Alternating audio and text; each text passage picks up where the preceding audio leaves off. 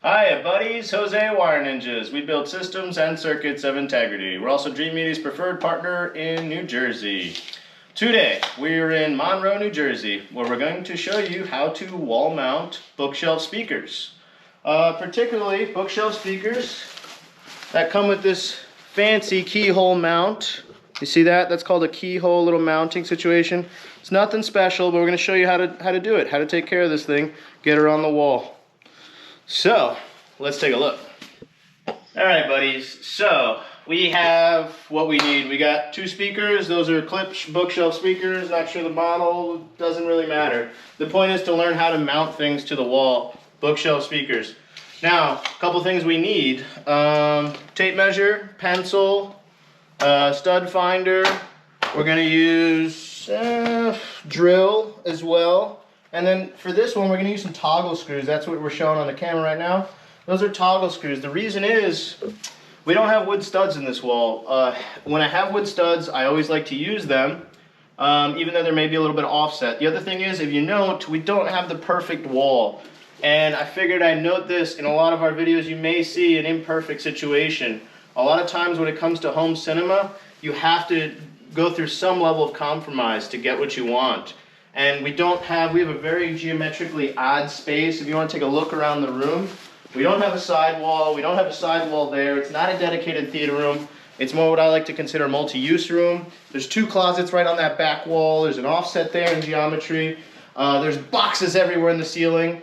But that's not the point. The point is we have an imperfect situation, and with our knowledge, our skills, we deploy. We're going to get all these speakers in this room installed, and we're going to run the Odyssey, and we're going to do some manual calibration. We're going to make this thing sound great. That's really all that's important, but I figured I'd note that not everyone has a perfect dedicated theater room.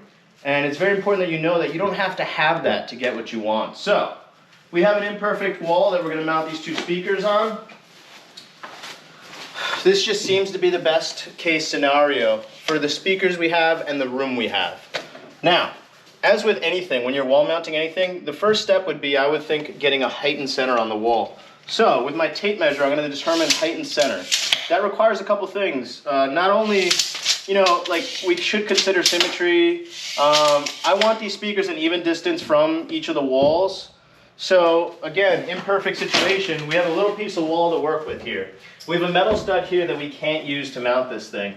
Those metal screws, they don't grip really tight at all. I would never trust a metal screw going through a metal stud to actually hold anything on the wall. You could shoot a toggle through a metal stud, but it's a real pain and not really worth it. So what I've decided is, through a little inspection with my stud finder, that's kind of broken. So we have a clear space here. What we're going to do is, our center is going to be halfway between these 2 points. So what I'm going to do is mark and measure, then mark the halfway point. So let's mark that. Then I need a working height. Now again, a lot of homeowners have a lot of input or decision. They make a lot of decisions that we can't override. So a lot of times we have to put speakers higher than I would like to position them.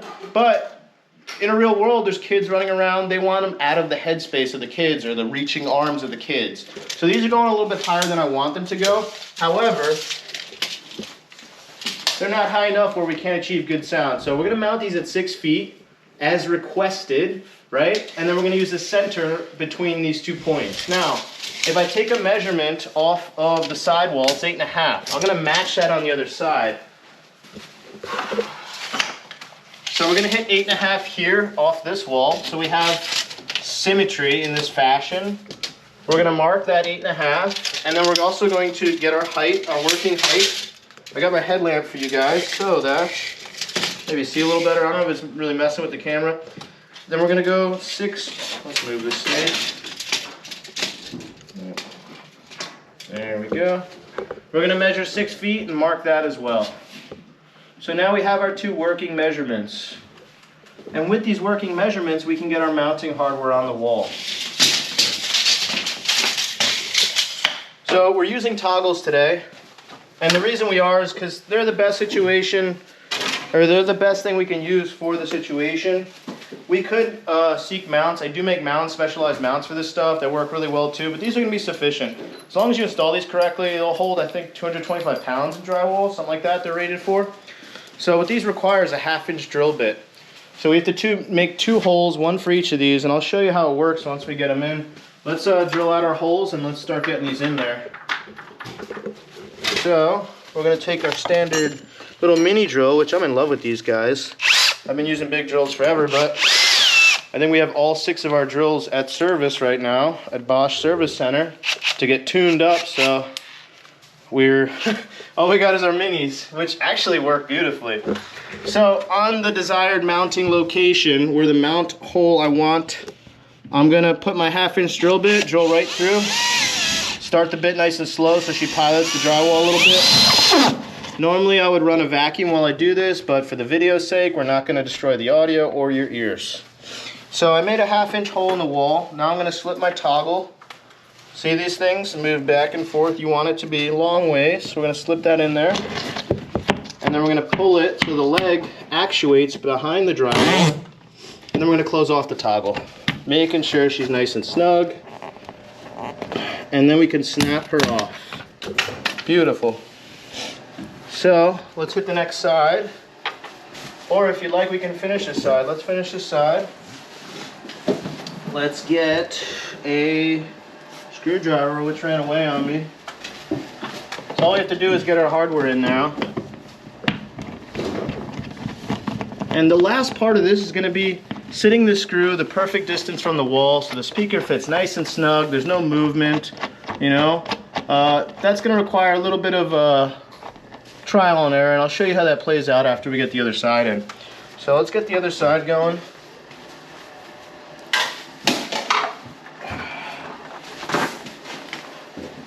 So again, for a toggle, we're going to do a 1/2-inch. Now, if you wonder where to get these, I would hit Lowe's.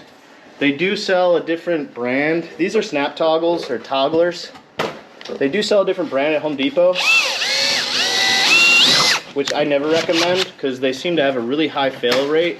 I've tried them once and never again. These have a very low fail rate and they work simply awesome. I go through hundreds of these. I buy them in the 100 box and I love them. Okay, she's nice and snug. Let's snap her off and let's get our little toggle screw in there. Now one thing you want to check, and I should note this, with any mounting hardware, they make these in a few different sizes. These are the 1/4-inch size. They fit perfectly into the keyhole. Jeff, get a close-up on this. See, you want to check beforehand that your screw actually fits through. These are perfectly snug, perfect for the application. You see that? Look at that. She's holding herself. Beautiful. I definitely recommend checking before you go with whatever hardware you plan to go with. So, let's get the screw in the wall. And now we can start testing the clearance or the gap on the screw for the speaker. So let's test her out. We need a certain distance from the wall to achieve a nice clean mount. Look at that, buddy. First shot, she's good to go. Now the last thing I would recommend is grabbing a level, which Steve, where's that level at? I gave Steve all the tools before. Alright, so the last thing I would recommend for the mounting process is grabbing a level and making sure your speaker is level. After she's installed on the wall and she's level, you're good to go. That's beautiful. Quick, easy, simple, efficient, and hey, it works. It's going to hold forever. Really strong mounting hardware. So, that is how you wall mount a bookshelf speaker. Today we had the Klipsch R41M bookshelf speakers. We got them mounted up for you. Hope you can take this information and use it for your own benefit. Thanks for watching, and we'll see you next time.